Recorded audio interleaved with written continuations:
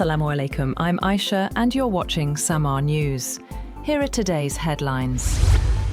US law enforcement officials are reassessing security arrangements after a gunman opened fire near the White House Correspondents Association dinner, raising questions about how he was able to get so close to an event attended by President Donald Trump, cabinet members, and lawmakers. 2 former Secret Service agents and 3 senior US officials said federal agents appeared to carry out their plan to protect the president effectively on Saturday night, stopping the alleged gunman before he reached the basement level of the Washington Hilton, where Trump was set to speak. The former law enforcement officials said the most obvious lesson from the incident is that security personnel may need to expand the protective perimeter around the president at large public venues, even if that leads to public inconvenience.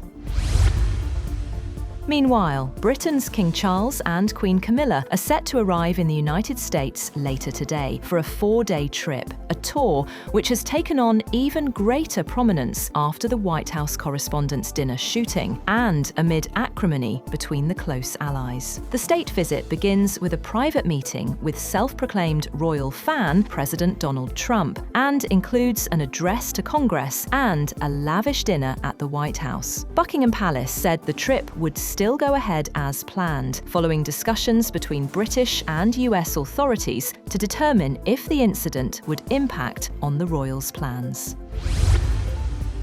Iran has reportedly sent the United States a new diplomatic proposal through Pakistani mediators aimed at reopening the Strait of Hormuz and ending the war. According to Axios, Iran's latest proposal focuses first on reopening the Strait of Hormuz and ending hostilities. The plan would delay negotiations over Iran's nuclear program until after an agreement is reached on maritime access and a ceasefire and the US blockade is lifted. White House spokesperson Olivia Wales has said that Trump has made clear that the United States holds the cards and would only make a deal that puts the American people first.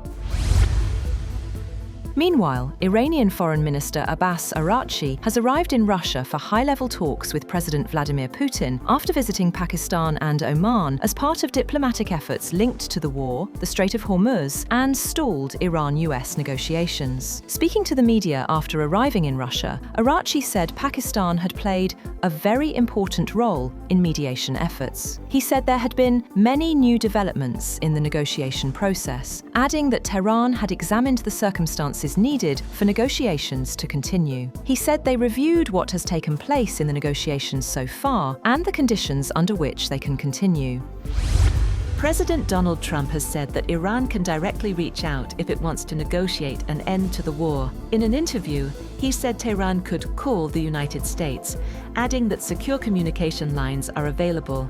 He again praised Pakistan's leadership for its role in mediating talks with Iran and described Prime Minister Shehbaz Sharif and Field Marshal Asim Munir as great people, expressing strong respect for their efforts. Trump also said he cancelled the planned visit of US envoys Steve Witkoff and Jared Kushner, citing travel costs and logistical challenges linked to the Islamabad talks.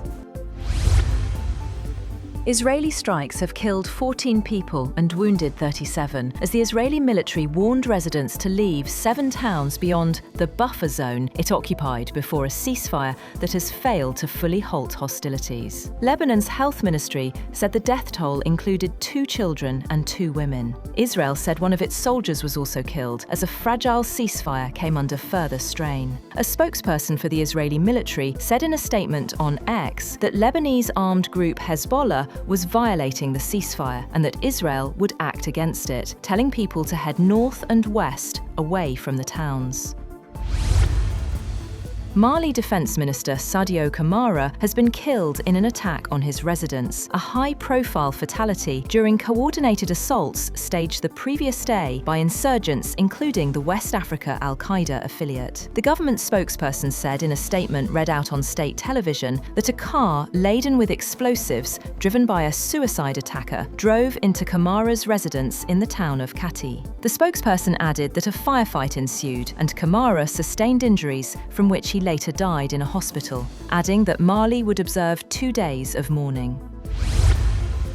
That's all for now. For more updates, visit www.samaa.tv. Thank you for watching Samaa News.